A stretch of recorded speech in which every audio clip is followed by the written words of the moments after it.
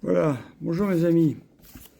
Nous continuons donc notre démonstration d'une théorie qui est la mienne, que j'essaye d'étayer, qui est que le catéchisme de Vatican II, le Concile Vatican II, ainsi qu'une grande partie de ce que l'on appelle le magistère d'après Pie XII, eh bien, au contraire d'être moderniste, tel que les lefévristes l'entendent, tel que les sélévacantistes l'entendent, eh bien, au contraire, ces textes ont été des réponses, en quelque sorte, à toutes ces hérésies qui ont fleuri au XXe siècle, le modernisme, le libéralisme, toutes ces théories, voilà, toutes ces hérésies, eh bien, le Concile Vatican II, complétant le Concile Vatican I, eh bien, remet en place tout ce qu'il doit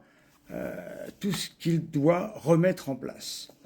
Alors, vous savez que l'encyclique Pascendi est en fait en deux parties. Il y a une première partie qui classifie l'intégralité de ce que l'on appelle l'hérésie moderniste, et la deuxième partie qui donne le remède. Voilà, le remède. Comment faire pour sortir du modernisme. Alors, à travers la description du modernisme, eh bien, nous voyons une partie tout à fait caractéristique de ce que l'on appelle la foi moderniste.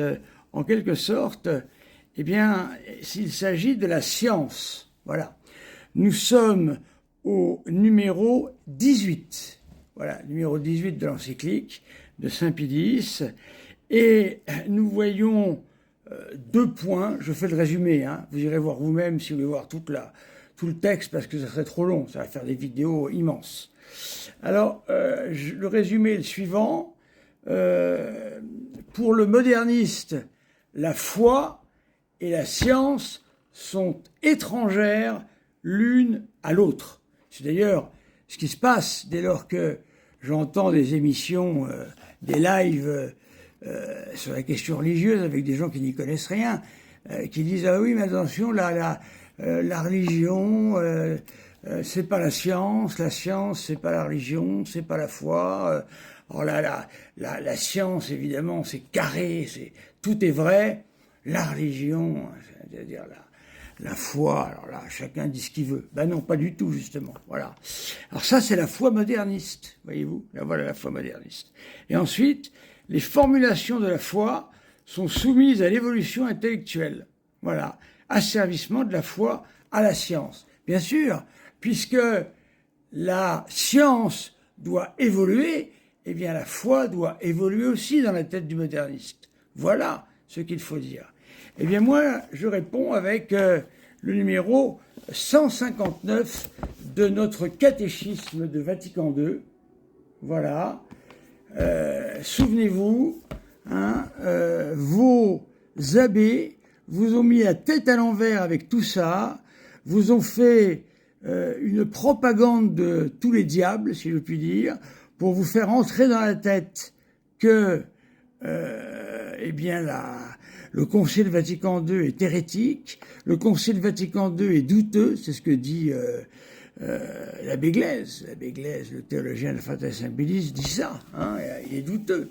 Donc évidemment, on ne peut pas lui faire confiance, bien sûr. Mais moi, je dis tout le contraire. Je dis que le catéchisme de Vatican II en particulier, ainsi que son assorti de son compendium et de beaucoup de documents d'encycliques, eh bien, répond parfaitement et à la suite de Vatican I et à Pascendi. Voilà. Ainsi, même si le mot modernisme n'est jamais employé, il n'empêche que c'est cette doctrine qui est visée et c'est cette doctrine qui est combattue. Voilà. Et tous les aimants nous sont donnés pour ça.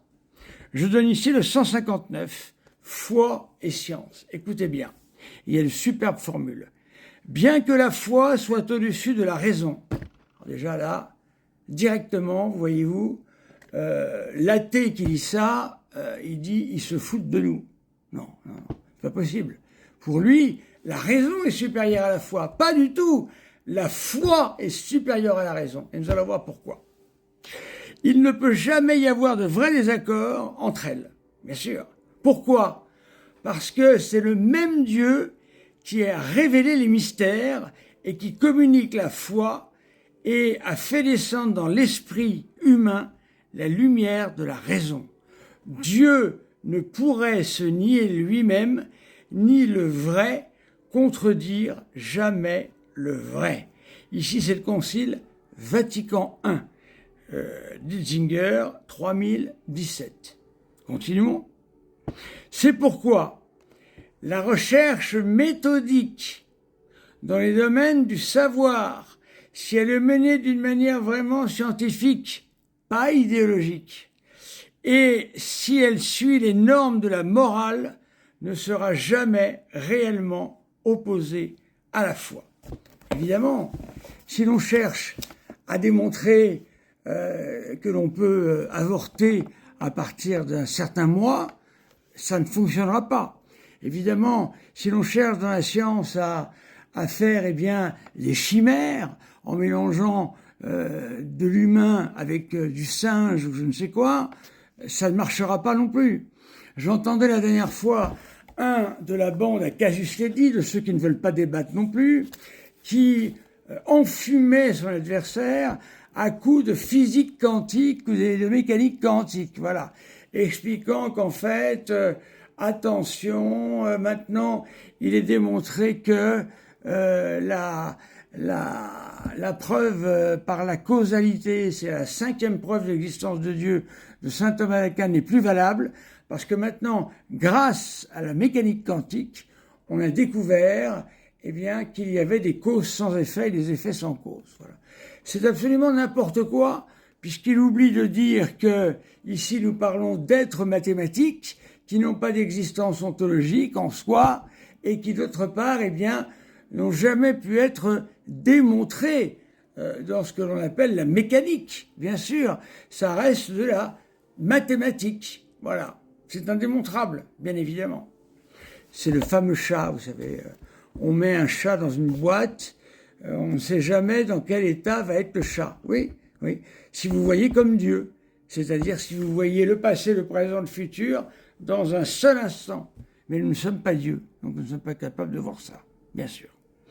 Hein, la mécanique quantique, c'est voir le monde comme Dieu le voit. Voilà, c'est un peu, c'est un peu fort quand même. Hein. Alors, donc, voyez-vous, il faut suivre les normes morales, elle ne sera jamais réellement opposée à la foi. Jamais la vraie science ne peut être opposée à la vraie foi. C'est pas possible.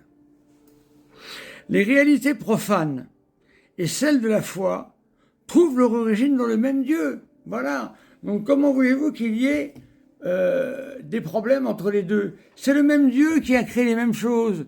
Le même Dieu qui a créé les lois de la physique et le même Dieu qui a créé la grâce et qui la crée à chaque instant, qui connaît la vie surnaturelle. Voilà. Bien plus, celui qui s'efforce avec persévérance et humilité de pénétrer les secrets des choses, celui-là même, il n'en a pas conscience, est comme conduit par la main de Dieu qui soutient tous les êtres et les fait ce qu'ils sont. Ici, c'est un magnifique texte de Gaudium et Spes, 36.2. Voilà. Donc, mes amis, ici, j'ai encore démontré que nous allons de Vatican I, en passant par Pacendi, et en arrivant à Vatican II. Et le tout fait un bloc homogène. Voilà, pas de problème. Allez lire les textes, mes amis. Au jugement particulier, vous devrez rendre des comptes. Vous ne pourrez pas dire c'est l'abbé, mon abbé lefévriste ou mon abbé sélévagantiste qui m'a dit que. Non, c'est par l'Église que nous sommes sauvés et uniquement par elle. Donc nous devons accepter son magistère, aimer l'Église, entrez dans l'Église et vous y trouverez une mère indéfectible. Merci les amis.